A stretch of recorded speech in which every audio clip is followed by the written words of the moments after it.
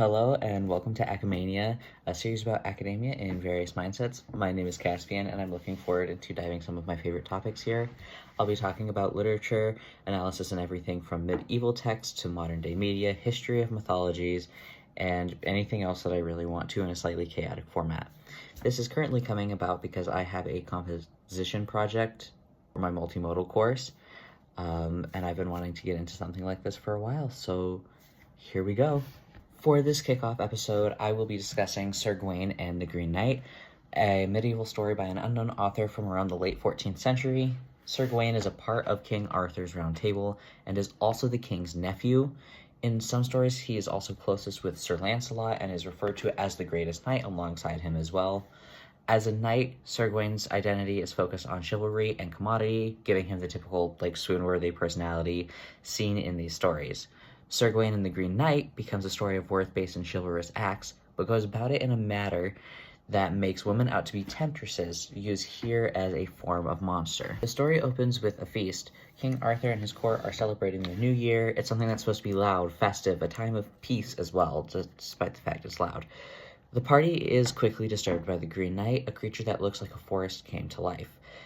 There were stares on all sides as the stranger spoke, for how much did they marvel what it might mean that a horseman and a horse should have such a hue, grow green as grass. Despite his ghastly appearance, the knight bears a gift of holly, a representation of peace. This doesn't really spur the party in an accepting direction, and instead seems to make them more wary, especially because the knight also chooses to not dismount his horse as he bursts into the banquet hall, which is seen as offensive, or at bare minimum goes against that general code of chivalry. Another thing, chivalry is not really limited to politeness, things like opening doors for people at this time. It also, according to the Oxford English Dictionary, chivalry is the brave, honorable, and courteous character attributed to the ideal knight, hence the reason it's so popular within Arthurian legends. This does also mean it includes things like duels and formal challenges. The Green Knight proposes a challenge in this instance, and it is seen as courtly play. He states, "As stoutly to strike one stroke for another, and I shall bide the first blow as bare as I sit." Essentially, the Green Knight is permitting one of the knights to strike him with an axe as long as the challenger finds him, a year later, to receive a blow in turn. Initially, it is King Arthur who goes to accept the challenge before Sir Gawain takes it instead, seeking glory of his own. He is one of the younger knights of the table. So this comes across as something that is for him. We also quickly learn that the Green Knight is immune to decapitation's worst effects, which only exaggerates how late medieval warrior nobles could conceptualize and experience chivalric violence as courtly play. Therefore, death was not considered a worry or obstacle, making the Green Knight appear less monstrous. The challenge happens. A year goes by. The Green Knight is obviously still alive and well, as he is not able to be decapitated. And Sir Gawain goes to seek him out at the Green Chapel. Before he reaches the Green Chapel, he is stopped due to holidays, weather, various things like that, and ends up staying at a castle. The lady of this castle is Sir Gawain's primary challenge throughout his stay.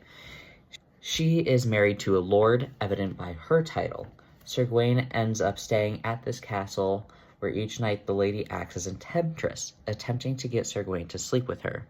It should also be noted that Sir Gawain said that he would share everything with the lord, including stories from his night, whatever food and things that he may have brought in during hunting, as long as the lord shares in turn. When she is rejected night after night, the lady takes her leave and leaves him there, for more mirth with that man she might not have. Sir Gawain's rejection is seen as chivalrous, not because he is rejecting a married woman, by the way, but because he rejected another man's property.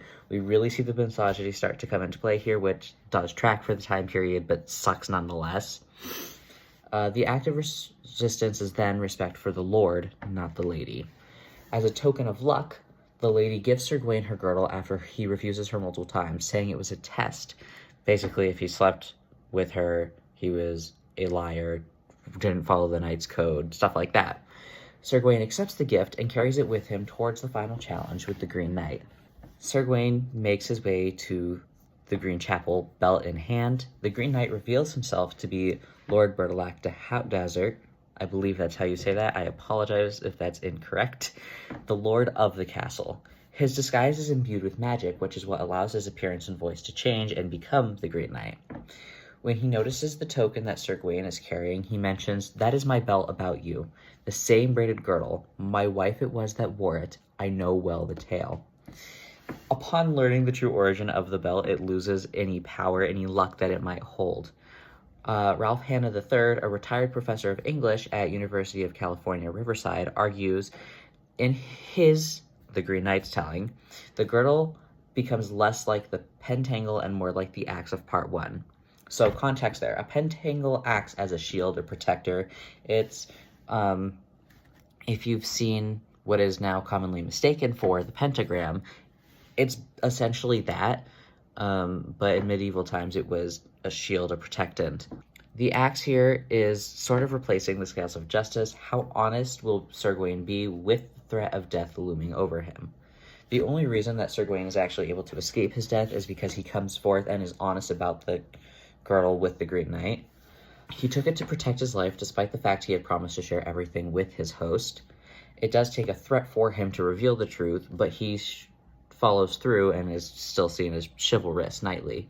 The Green Knight becomes chivalrous or manly here as he lets Sir Gawain live, which also allows him to fall into those knightly values.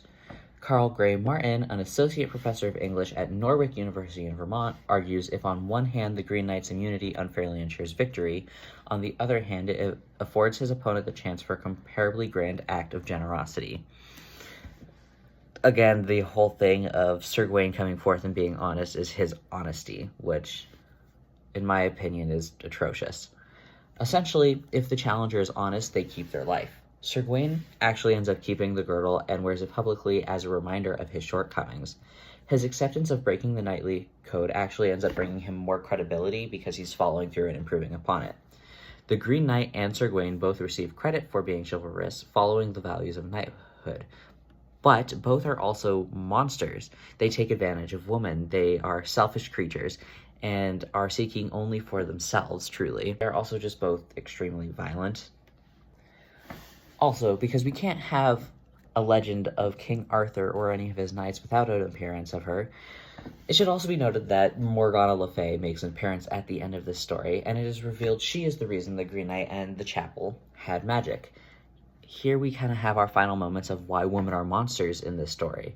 The Green Knight wouldn't have been seen as a threat if not for the power Morgana holds. Morgana Le Fay is a very powerful sorceress, and she is often seen as King Arthur's sibling, and they are also enemies. Everything she does is more for destruction or chaos, anything to take Arthur out of rule and take his place. Basically, chivalry is used to describe a lighthearted game, though that game usually contains violence and some form of respect for your opponent nonetheless. Monstrosity is seen as its opposition, an act of lies or temptations. If a woman is a temptress, a monster, and a man is chivalrous despite a monstrous appearance and violent acts, how misogynistic is Arthurian legend? How misogynistic are these stories that we've come to love? How misleading is the tale of Sir Gawain's learned maturity? Thank you for joining me on the first episode of Acamania, and I look forward to creating more. In the meantime, by the time this video is posted, I will also have a video up on Thomas More's Utopia. This is based off of a presentation from Academic Showcase that I got to create for my college this year, and I would really appreciate it if you went to check that out as well. That's all I have for now. Thank you.